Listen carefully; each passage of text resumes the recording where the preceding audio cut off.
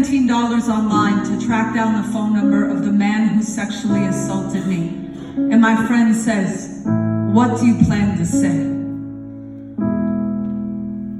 I'll tell him I know he lost all of his money gambling and was forced to sell the building where he did what he did.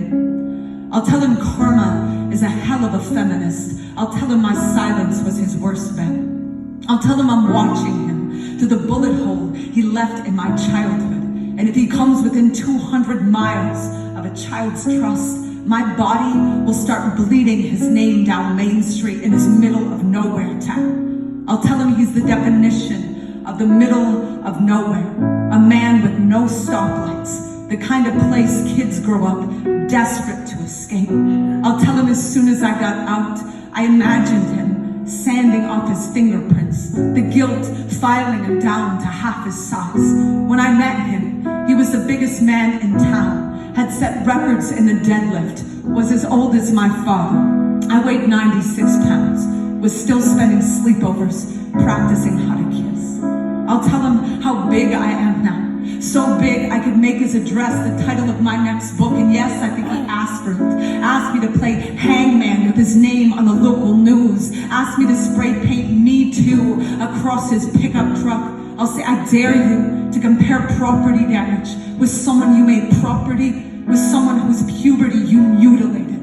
I'll tell him trauma is a pretty word for how to die every day of the year, but my voice is alive.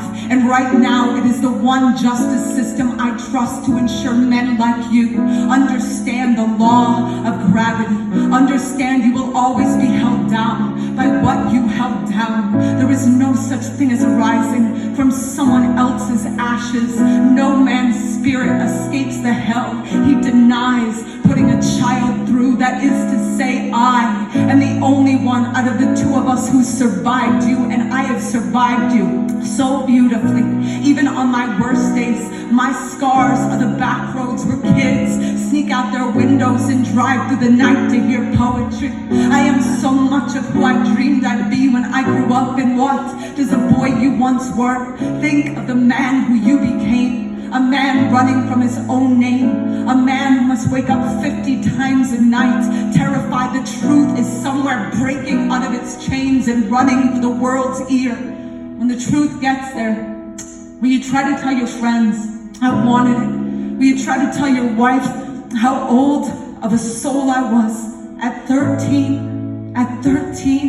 I had the youngest soul in the universe. I was so brand new. I thought reincarnation was a flower I would wear on my wrist. If someday someone asked me to the 9th grade dance, I would stand in my parents' full-length mirror and practice not blushing when a slow song came on. That's how old I was. That's the kind of man you were.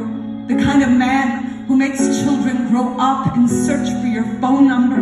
Their bodies riddled with the wish that all the records will say no one by that name exists.